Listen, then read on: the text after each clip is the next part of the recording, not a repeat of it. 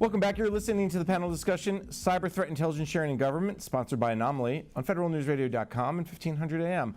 I'm your host, Jason Miller. My guests today are Melinda Rogers, the Deputy Chief Information Officer at the Justice Department, Colonel Paul Kraft, the Director of Operations for Joint Force Headquarters, Department of Defense Information Networks, Brian Murphy, the Principal Deputy Undersecretary in the Office of Intelligence and Analysis at the Homeland Security Department, Scott Algier, the Executive Director of the Information Technology, Information Sharing and Analysis Center, and Trish Cagliostro, Director of Federal Solution Architects for Anomaly.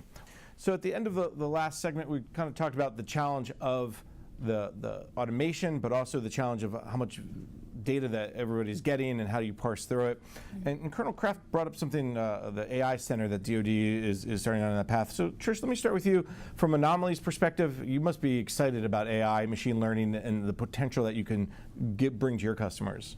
Absolutely, and it's something we baked in from the early days, because if you don't have machine learning, one of the biggest challenges that organizations have with threat intelligence, and one of the biggest resistance points, is the volume of false positives.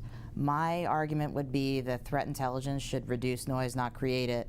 And so if threat intelligence is generating a bunch of noise for analysts, ultimately then it's not doing what it needs to do. So when we think about it in the context of machine learning, you know, a simple use case is that, and this happens all the time in organizations, where one of my government customers, someone will come into the threat intelligence team and they'll be screaming, you know what, this IP address, it's definitely bad, I'm positive, we need to block it immediately. And the analyst looks it up in our platform, and it's 8.8.8, Google's public DNS server, and there's one bad domain, but 49,999 are legitimate. So that's kind of on the lower end of the machine learning spectrum, kind of the data hygiene aspect of it. But then one of the conversations that came up earlier was around prioritization. So when you use machine learning, essentially what you can do is you can help derive prioritization for that, where you're going to use that data point to essentially escalate priorities within the organization, where if something's 100% confident APT domain, you're likely going to treat that differently than 50% confident or a scanning IP address, for example. So in our conversation, to tie it back to our conversation earlier, machine learning is one, on the data hygiene aspects, making things more actionable, and two, it's another piece of contextual data that can ultimately enable that prioritization when you see something trigger inside of your environment. Brian, is one of the challenges with machine learning, as an example, is you only know what you know, and how do you know what you don't know? So how do you kind of apply this type of technology to what you don't know, if that makes sense? It makes total sense. I'm glad it did. Hopefully that's what we're doing every day at the department and with our colleagues through the interagency, as well as our colleagues in the private sector. So I had mentioned before that we need to be a couple of years out, right? If we're looking today, that's important for the alligators closest to the boat. But what's going to really have a serious impact are what the adversary's planning in the future. And we need to be ready for that today. So it's a intelligence-driven operation environment that we live in. How do we take big data? How do we get smarter from a data analytics perspective? One thing I think that we are trying to get better at is that data analytics. It's its own field, and it needs to be integrated in a way that you have an intelligence-driven process. But where this all nests is, I'll go back to some previous comments that I talked about, is what does the adversary want? So from the criminal perspective, it's probably money. From the nation state, it may be money, but it's probably the technology that mostly will rest in today's world in advanced AI information that's trying to be developed. So knowing where the adversary wants to go, what is their nation plan, what does that criminal group want to do, that helps us look to the next ridgeline that the adversary is trying to achieve. Because if we stay looking in today's world, we're gonna miss the big one. Melinda, let me ask you to jump in here too, because one of the things that both I think Brian and Tricia are referring to is this idea of predictive, right? How to be more predictive. From your perspective as Justice Department, talk maybe a little bit about that. How do you become more predictive? Are you guys starting to look at machine learning, AI type of capabilities, or are you doing something else that can help you kind of get to that predictive? I would say we're probably in the same boat with almost everybody else, trying to figure our way out with this. I think one of the key elements is we talk about analytics quite a bit, but I think in the end it comes down to looking at this potentially in a statistical manner rather than judgmental. A lot of times the indicators and the signatures, they're judgmental. They are indicators that we've seen that are some analyst thinks is associated with this bad activity, so therefore it's identified as a bad indicator or an indicator for bad activities. How do we evolve our efforts to a point where we're taking this large amounts of data that we have and compare it into known goods and known bads, so we actually start deriving statistical outcomes to predict the next attack? We're not there yet, no. And I'm not speaking, I don't think, just for justice. I think as a community, cyber, it's incredibly hot, but it's still relatively nascent if you compare to other industries that have been around for a long time. So there's definitely a lot of opportunities that lay ahead of us. Scott, let me bring you back into the conversation, because one of the things when we talk about this AI machine learning, you still need to share that information. When you recognize that there's a problem or if there's an issue, how do you share it? And the ISAC plays that central role.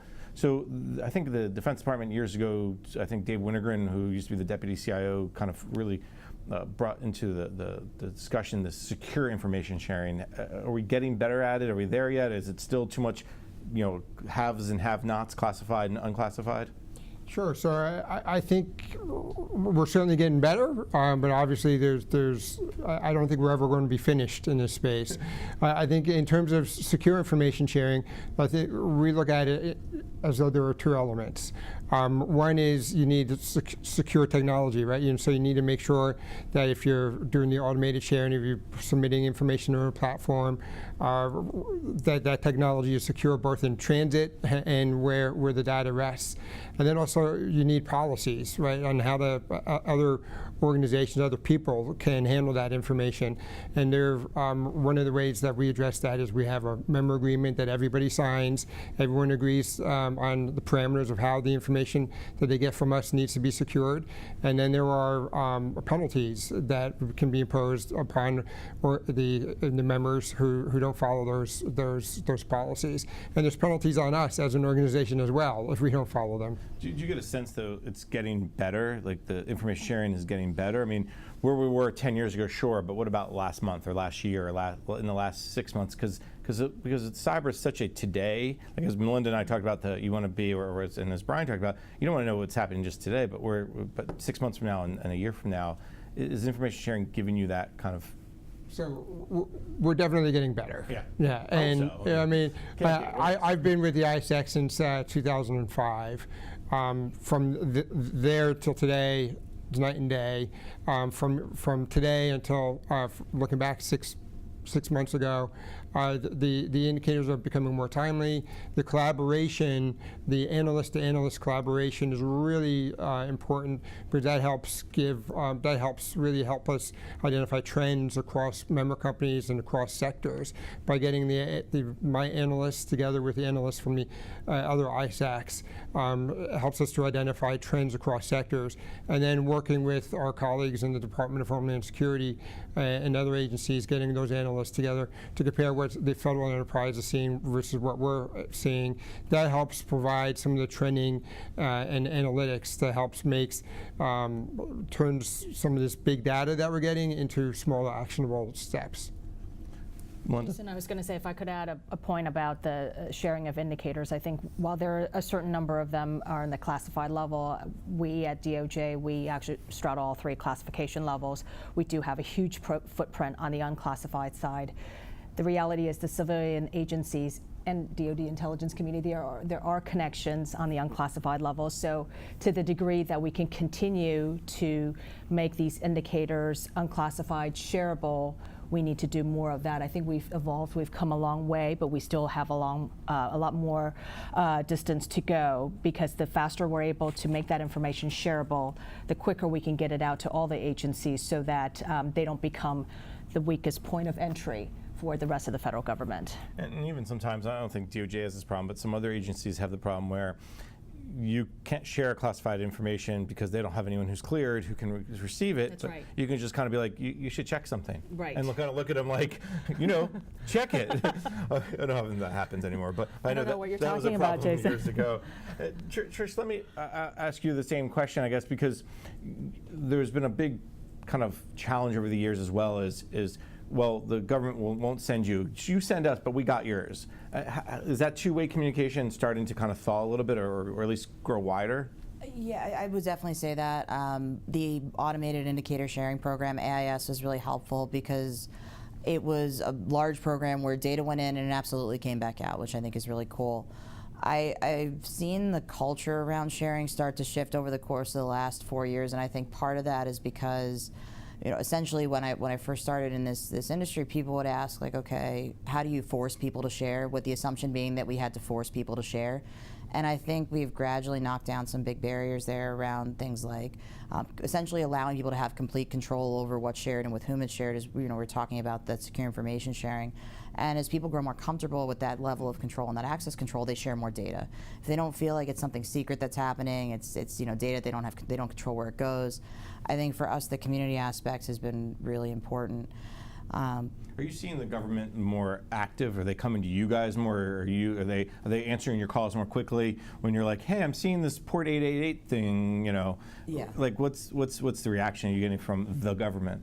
Which I always love to use. It's been great, honestly. We worked, so when the AIS program was set up, we were the first company to bidirectionally integrate with AIS, meaning that we both integrated the data for our customers into our platform and also shared back data of our own to the customers, or to DHS automatically. And so that was a really cool experience for me personally, because it was really a collaborative effort where we had people on the phone from DHS and across multiple parts of DHS, all ultimately trying to make sure that we were successful, because it's part of the mission, right? And in my experience, I honestly have seen a shift where government is more willing to work with private industry. Sometimes we'll send stuff in, things that we've identified, like Melinda was talking about earlier. I've definitely seen that relationship improve over the years, because you're absolutely right. That is what used to happen. Data went in, never came back out, and that doesn't benefit the community. So, Colonel Kraft, I'll go back to what you said at the very beginning, the team sport. It seems there's better teammates happening, huh? There is, absolutely. So, I knew you were going to say that. Yeah. So, and I think just a big part of that is we realize the amount of interconnectivity we do have in this domain. That no department, nothing within the whole of government is an island. And the more we're able to work together and share, and I'll say knock down some of those maybe cultural barriers, is really what it is. It's not necessarily a technical.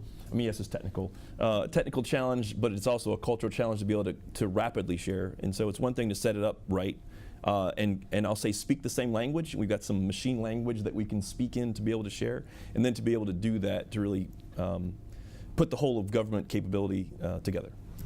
This has been a great conversation. Unfortunately, though, we are almost out of time. So, Melinda, you led off the conversation, so I'm going to start with you to close it out. When you think about information sharing, cyber threat intelligence, where are we heading? If we have this conversation again a year from now, what are some of the either A, where do you see in the future, or B, what are some of the obstacles that still maybe need to be addressed? I think quality, context, and speed.